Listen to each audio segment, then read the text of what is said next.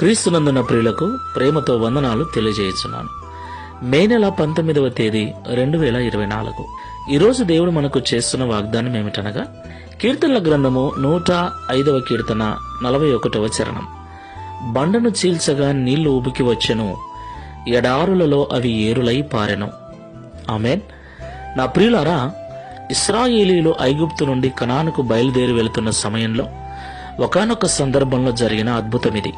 ఈ అద్భుతము తెలియని క్రైస్తవుడే ఉండడు, వాక్యము ద్వారా వినని క్రైస్తవుడే ఉండడు. దేవునికి మహిమ కలుగును గాక. దేవుడు సర్వశక్తిమంతుడండి. దేవుడు సర్వాధికారి. ఆయన ఎన్నటెన్నటికీ అద్భుతాలు చేయగలడు, ఆశ్చర్య కార్యములు జరిగించగలడు. దేవుని యొక్క బాహుబలము ఏమాత్రము తగ్గిపోలేదు. ఆయన చేతులు దినమెల్లా మన వైపు చాపబడి ఉన్నాయి. ఆయన చెవులు మన వైపే తెరవబడి ఉన్నాయి. ఆ విషయాన్ని అర్థం చేసుకుని దేవునితో ఒక అవినాభావ సంబంధాన్ని మనం ఏర్పరచుకోవాలి. అయితే చాలా మంది అవసరాల కోసం మాత్రమే దేవుని ఎద్దుకు వెళ్తూ ఉంటారు. అవసరాలు మాత్రమే దేవునికి చెప్పుకుంటూ ఉంటారు. అది మంచిదే అయినా అవసరానికి మాత్రమే దేవునితో మనం సంబంధం కలిగి ఉండకూడదు. దేవునితో మనం కలిగి ఉండే సంబంధం అది ఒక ప్రత్యేకమైన సంబంధంగా ఉండాలి. అవసరం ఉన్నా లేకపోయినా ప్రతిదినం మనం దేవుణ్ణి కలుసుకొని దేవునితో మాట్లాడుతూ ఉండాలి.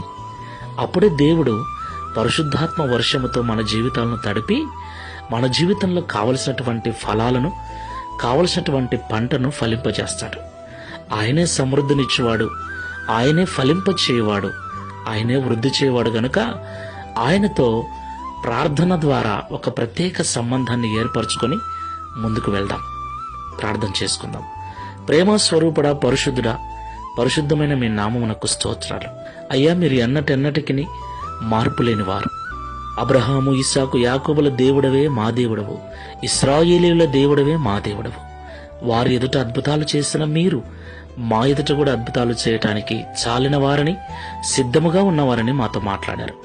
అయితే అవసరాల కోసం మాత్రమే నీ యొద్దకు మేము రాకుండా నీతో మేము ఒక అవినాభావ సంబంధాన్ని ఏర్పరచుకోవాలని, ప్రతి దినం అవసరం ఉన్నా లేకపోయినా నీతో మాట్లాడుకుంటూ నీతో ఆ ప్రత్యేక అనుబంధాన్ని కలిగి ఉండాలని, అప్పుడే మా జీవితము ఆశీర్వదించబడుతుందని, ఎన్నటెన్నటికి పచ్చని తోటవలే ఉంటుందని మాతో మాట్లాడారు. ఈ ప్రార్థనలో ఏకీవిస్తున్న ప్రతి బిడ్డకు నీతో ఒక మంచి సంబంధం ఏర్పరచుకునే అవకాశాన్ని ఇవ్వండి, ఆ మనసునివ్వండి. ప్రతి దినము తల్లితో, తండ్రితో, భార్యతో, భర్తతో, పిల్లలతో ఎలాగైతే మాట్లాడుతూ ఉంటామో అలాగే ప్రతిదినం నీతో మాట్లాడుకుంటూ నీతో ఒక శ్రేష్టమైన సంబంధాన్ని, ప్రత్యేకమైన సమయాన్ని నీతో గడుపుటకు అనుభవాన్ని ప్రతి ఒక్కరికి అనుగ్రహించమని, తద్వారా మా జీవితాలలో కూడా మీ ఆశీర్వాదాలు చూచుటకు, అద్భుత కార్యములు, ఆశ్చర్య కార్యములు రుచి చూచుటకు సహాయము చేయమని యేసు నామములో ప్రార్థిస్తున్నాము తండ్రి. Amen. Praise the lord. God bless you all.